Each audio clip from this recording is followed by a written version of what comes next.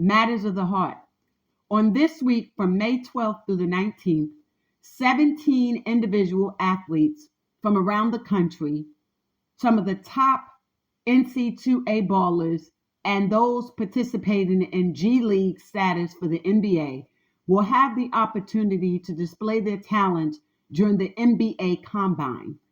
As most of you are aware, on June 26th through the 27th in Brooklyn, New York, the city will play host to the NBA Draft 2024. But interestingly enough, there's only one name and one name only that has really been the talk of the NBA Draft, and that is whether or not Lebron Bronny James Jr. will be participating and or will be selected. We know that on this week he participated in a scrimmage game where in attendance was Rob Pelinka, who is the GM for the Los Angeles Lakers, along with Savannah James and Bronny James' dad, LBJ. But there are many who are questioning whether or not he should, in fact, be considered for the NBA Draft. One might speculate through one or two lenses. A, is it nepotism? Did he earn his spot? And more compelling and important, whether or not he is healthy to play. For those of us who are not aware, LeBron James Jr., Bronny, suffered cardiac arrest, a heart attack, and also underwent open heart surgery last summer. During the time that he played for the 1 year under the Trojan, as part of the Trojan family, his stats look like this: 4.8 points, 2.1 assists in the 28 games that he played. Respectfully, he was limited and restricted to about 2 to 3 minutes per game initially. He had never played regulation time, meaning upwards or close to 20 or more consecutive minutes in any game. But during the combine, he did play 19 minutes, not consecutively, however, although that's what they're clocking him as, wherein he shot 2 from 8, had 4 points, 4 rebounds, and 2 steals. Okay? That being said, is LeBron Jr. ready and capable of playing? On February 5th, I was the first and only person to report that he would enter the draft and also the transfer portal. I did that under Lisa Hampton _ Twitter. No one else was reporting that. In fact, I was told I was wrong by several people from several outlets, many whom trolled me, but I screenshot your post in which you all said I was wrong. He's not going to go into the draft. They're not going to give him consideration, and or he would not enter the transfer portal. I reported that on February 5th, and by April 5th, ESPN, CBS Sports, and Bleacher then reported that he had, in fact, along with Sham C, entered the portal as well as the draft. But I also stated with particularity and specificity, pursuant to conversations that I had personally with scouts and others, that if he entered the NBA draft, he would go into the G League if they were, in fact, still interested in his performance. I know for a fact that by December, they were no longer expressing an interest in him, not even in the G League. That being said, when you compare what he's doing to 78 of the country's top talent, from top seeds like Duke, UConn, University of North Carolina, Marquette, and others, one may ask, why is he at the Wintrust Arena? How did he get there? Nepotism at its best.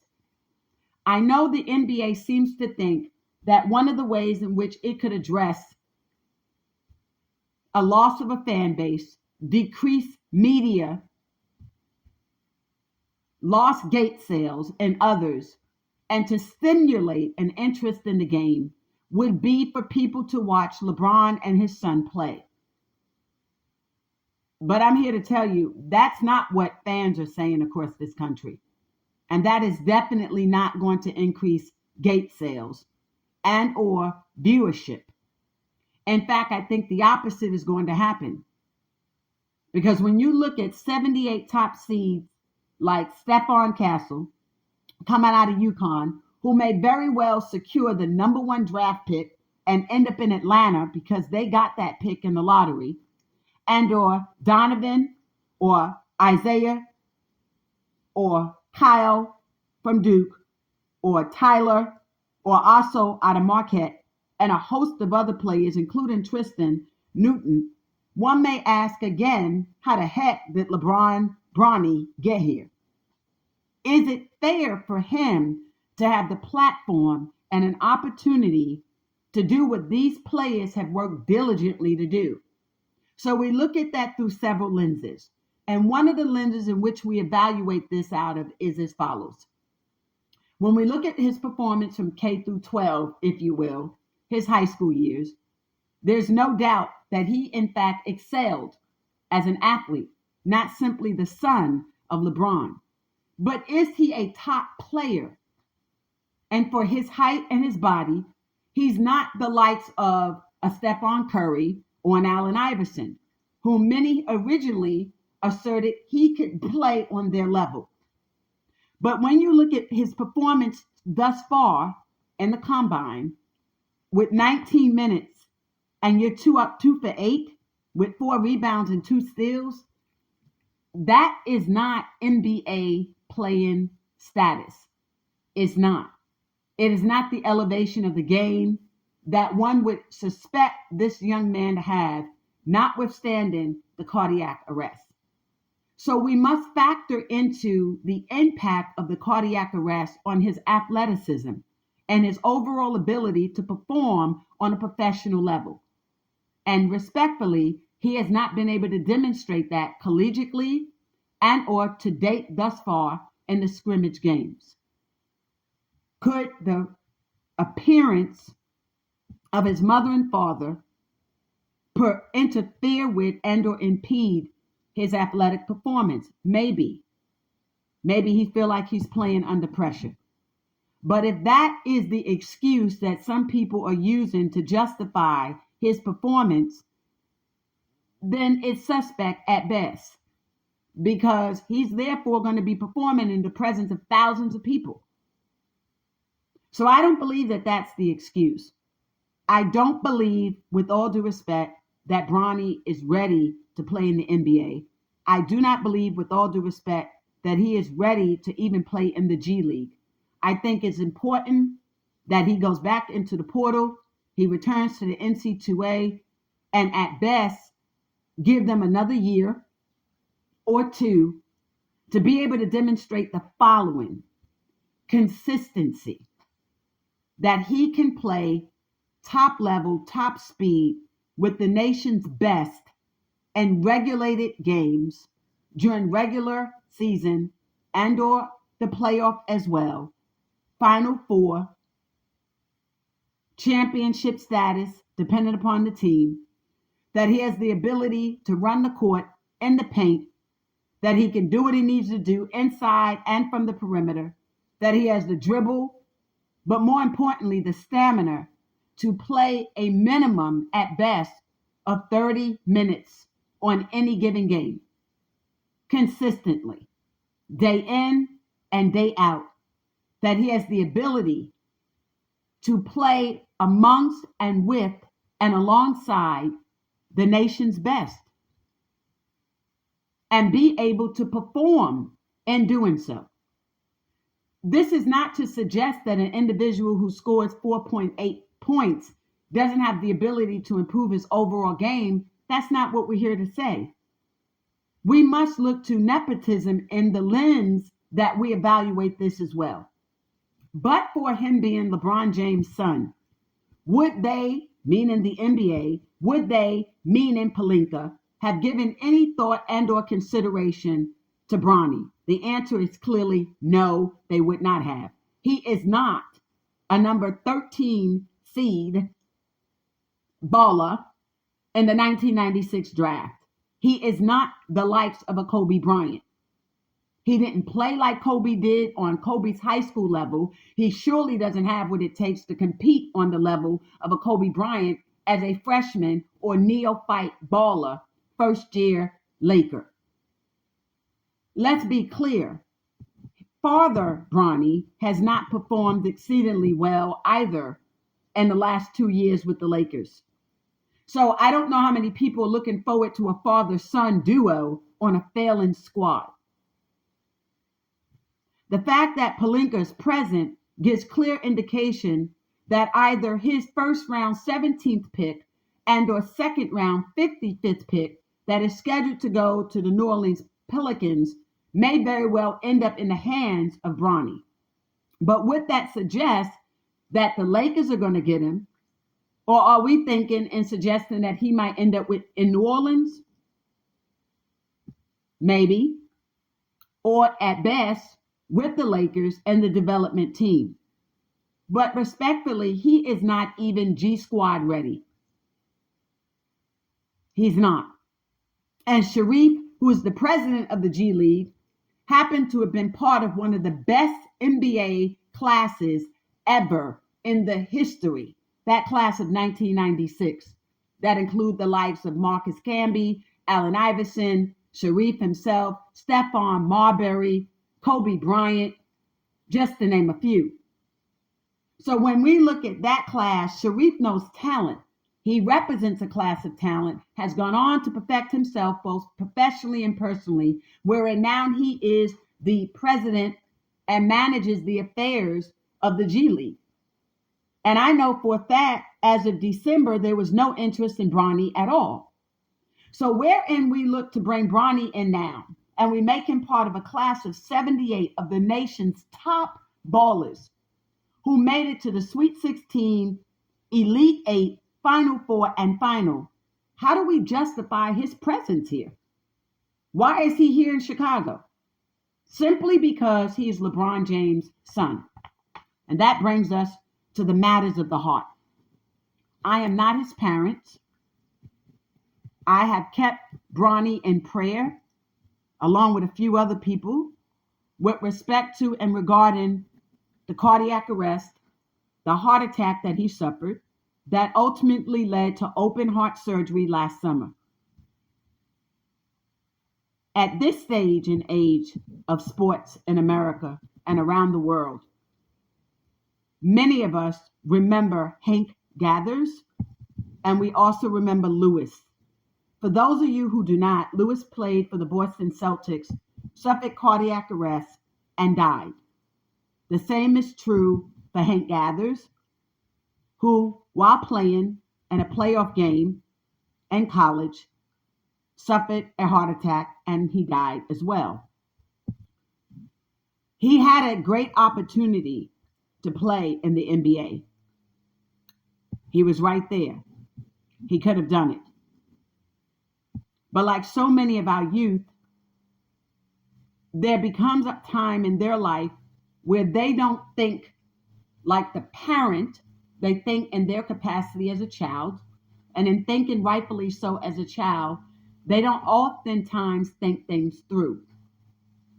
And even wherein they are of age, and one might suggest that they have the ability and the know-it-all to know their body, their mind, their soul, and their spirit, it is also incumbent upon the parent and advisors, medical and otherwise, to make the right decisions as it pertains to the overall health and longevity and life of this person. I am not questioning the parenting of neither Savannah and or LeBron James. That is not my place to do so. But I am questioning and asking whether or not Bronny should be attempting to play on a professional level at all, let alone attempting to enter the NBA. In this matter, fully aware that within a year ago, he suffered a deadly, gravely heart attack that possibly, but for being the son of Bronny, LeBron James that is, he would not even be with us. That if anyone else had suffered the type of heart attack that he suffered, would he have survived? Would the medical services and treatment have been available to him? And the answer, ideally, for a black male the same age under the same circumstances would be no. Cardiac arrest is also one of the leading causes of death for Black men anyway. It is generally through hypertension, high blood pressure, kidney failure. It is generally also associated with the lifestyle and or stresses associated with the lifestyle. Some people call it just living black. We talk about driving black, right? Drinking while under the influence, driving while black. But there's also a term living black. So when you're living black, there are things that are generally associated with that lifestyle that has created for many of them all of the variables or that would result in heart attacks, kidney failure, high blood pressure, hypertension, diabetes.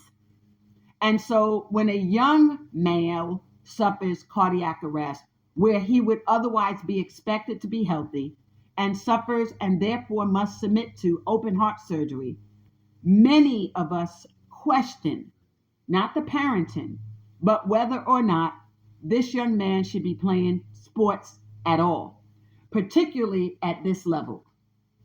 The matters of the heart is that a child would want to do what he has spent the greater portion of his life wanting to do. We know for them it is not about financing. When we think to issues like the death of Lewis and hate gathers, we come to the understanding of what finances may have played in the decision making to risk it all, if you will. But if you know the Hank Gather story, his family was offered $1 million when they learned that he suffered from heart problems that could ultimately lead to death. And he turned it down because he wanted to play the game. We know the same is true with respect to issues surrounding Lewis's death, that he had been warned about cardiac issues and he continued to play the game. So, what sense of accountability and responsibility do the James family, as mother and father, Bronny as the individual, the NBA as an institution, an organization, the Lakers and or whatever other team would take interest in him, have to the public at large, to the viewing audience and your fan base? Because I tell you this, no one wants to see this young man collapse and die on the dance floor. It is traumatic. For the fans that were in the arena on the night that Lewis passed away, for the fans that were in the arena on the day that Hank Gathers coded on the dance floor, no one wants to hear you come back and tell us that he fainted and died later at the hospital, when most of us know that they're DOA, they are dead upon arrival. But you gloss over that in an effort so as not to inflict intentional emotional distress and trauma on those in the viewing audience and or those who watch by television or even listening on the radio or live streaming. What is the responsibility? Well, they say that he got clearance, but did he? And what is the coincidence of him getting clearance right before the NBA Combine, but not full clearance to play 19 or 20 minutes or more with the Trojan family? So wherein he was not able to demonstrate the ability to play a fast-paced game for that amount of time, how can we believe that he can do that on the dance floor? The scrimmage game is not even high level in the sense that that is not the way they're going to play in the game. When we think about even how players like Joel Embiid engaged in brutal attacks, unconscionable play, and I wanted to use another word, but I won't, flagrant fouls was a fancy way to cover up or define, if you will, the abusive way that he played against the Knicks. Donovan Mitchell grabbing at him, literally dragging him to the dance floor from his knee, a knee in which he knew Donovan had sustained surgery. So you're telling me that these ballers won't come for Bronny, elbowing, being very aggressive? I mean, think about it. Are you going to tell me that they're going to be told what they can do or what they cannot do? Are we to believe that he can play at the level that is expected of him to play in the NBA on a regular, consistent basis for a minimum of 28 minutes per night? Can we expect him to have the strength and the ability to play on the road? Are we entitled to some type of information with regard to what was considered and given him quote unquote clearance? And more compelling, why was he invited anyway? He is definitely not one of the top 78 players who have proven themselves during this season, be it G League and or the NC2A. Does that mean that he doesn't have the right to at least showcase his talent? Of course he does. And we expect them, that's strategically the right thing to do. Enter the draft, let us see what you're capable of doing, and then make a conscious decision about what you can realistically do. But that doesn't mean that in doing so, that it doesn't open the door for speculation, how he got there. And I'm going to tell you one of the other reasons why he's there. It's the second phase of this show, the struggles of the NBA. The NBA is struggling to transform, reform, and perform. Transform, reform, and perform.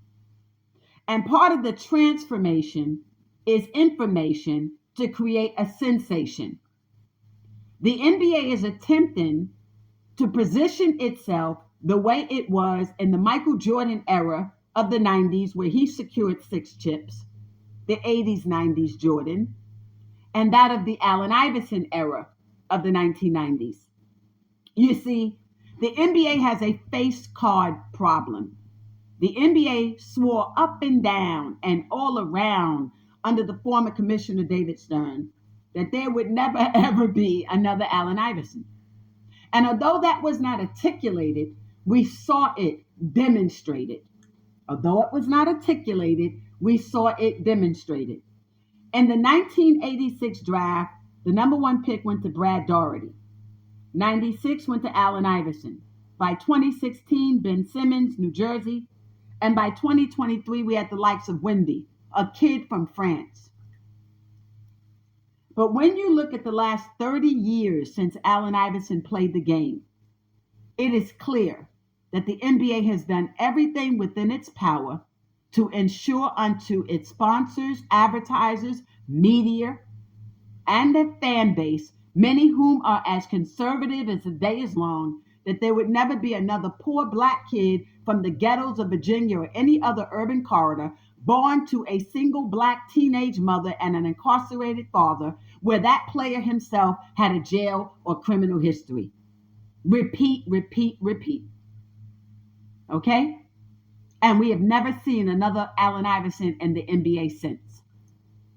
One who would rock the boat, but knew how to swim when he hit the shore to get to shore.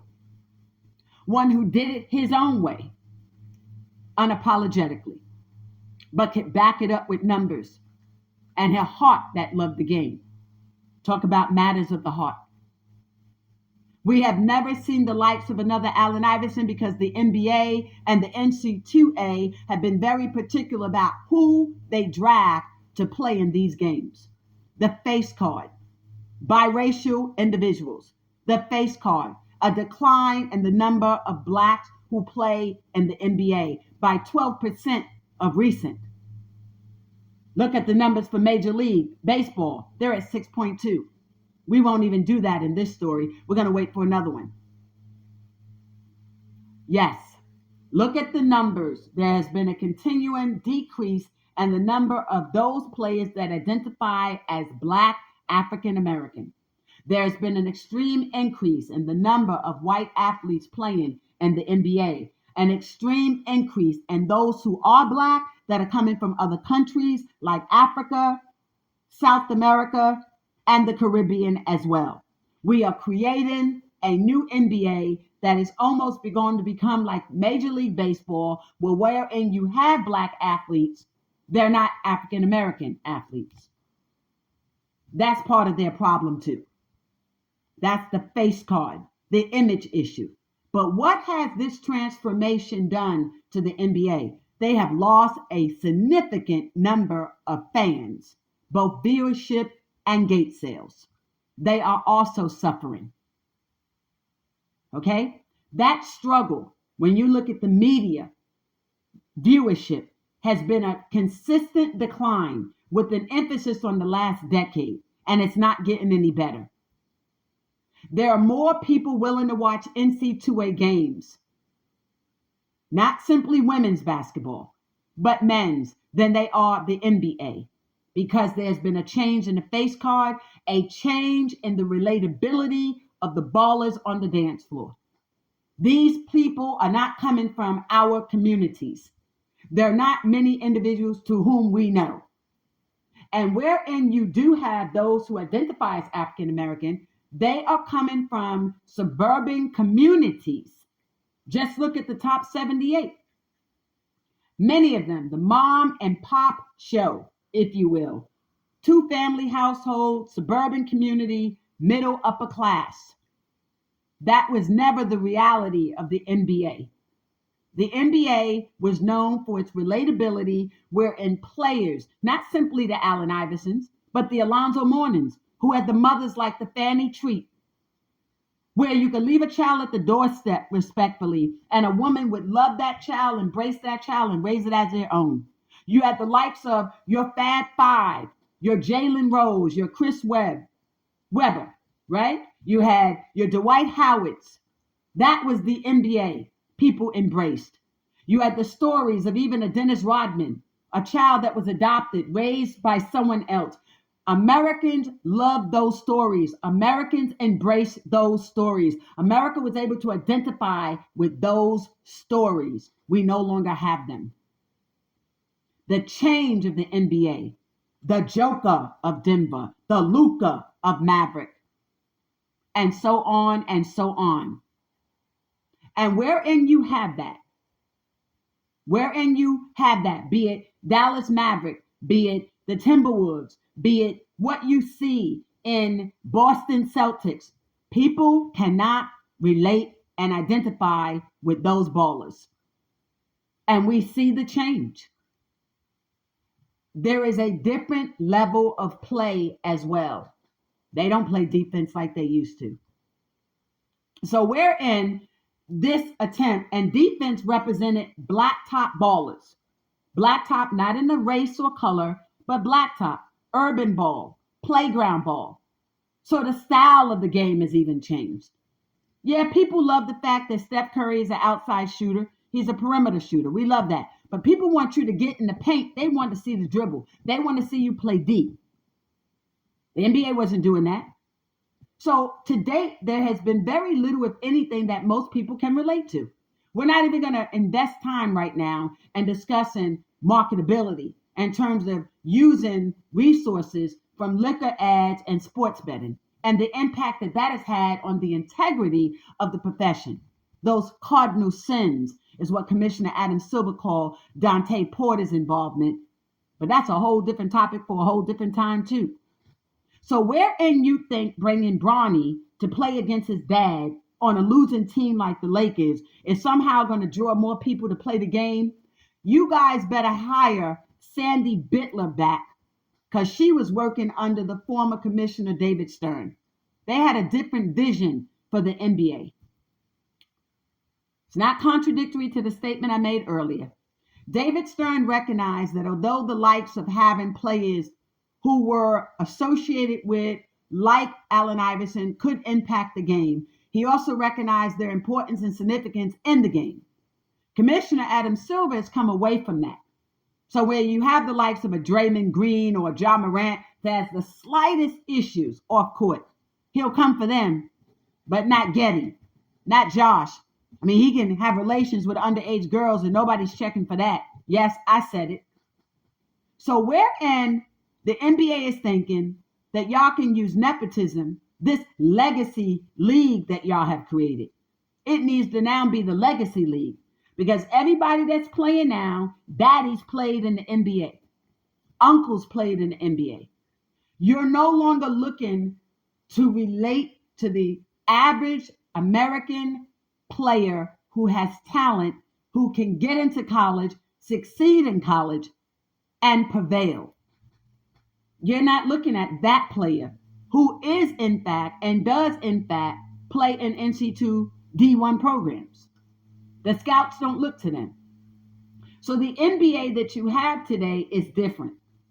Your marketability is going to impact your stability because your sensibility is off. Your logic of thinking, bringing Bronny in, is going to somehow increase viewership. I'm telling you, you're wrong. I followed this game. I could give you 30 years plus with no notes. You're off. It's not going to work. Nepotism is not healthy for the NBA. The NBA has always been a game where you earned your keep, and you're no longer letting ballers earn their keep. And the fact that he could give us 19 minutes in a scrimmage game means nothing because it's a scrimmage game, wherein he couldn't give us 19 minutes in an NC2A game. That's problematic. And wherein you suspect that he may be able to fit into the play of the Lakers, who's to say he wouldn't, just not now. I am hoping that his participation this week is nothing short of an opportunity to put his talents on display, send him back to the NC2A. He's not ready for the NBA. No way. And that when you do that, that would allow him to develop the confidence that he needs, but more compelling, gain the respect that he's going to need to play against these other ballers who earned their spots. He didn't earn his. And being the son of LeBron James is not enough to earn it. And this is particularly true wherein LeBron has not played his best game with the Lakers in the last 2 to 3 seasons and needs to consider retirement. But I get it. He wants to play with his son. I respect that. I do. But let me share this with you. Your playing with your son is not the equivalent of an Allen Iverson going up against the great like Michael Jordan. There's a difference in that analogy of bringing in a new bowler who could take on the best. Your son playing with you is not that. And he doesn't yet have the skill set to play against you. You're one of the greatest. Hands down. If you never get another chip, and it don't look like you going to, you earned it in Cleveland. You got it with Miami.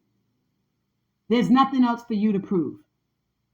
So whether or not you believe having a son who's a legacy is that important, wherein you are willing to risk it all, including possibly his life, all I can do is continue to pray for y'all. I mean, it looked like everybody crazy. Thank you for joining me today on Field to Rim. This is Lisa Hampton. Love is selfishly authentic. Having all money, power, talent, opportunities now. _ on Twitter. We will now be on YouTube effective today. And I will be going live. Yes, you're going to see this pretty baddie. Soon. Live. But you can catch all the other shows now on YouTube. Thank you for joining me. Peace, love, and happiness. We praying for you, Bronny.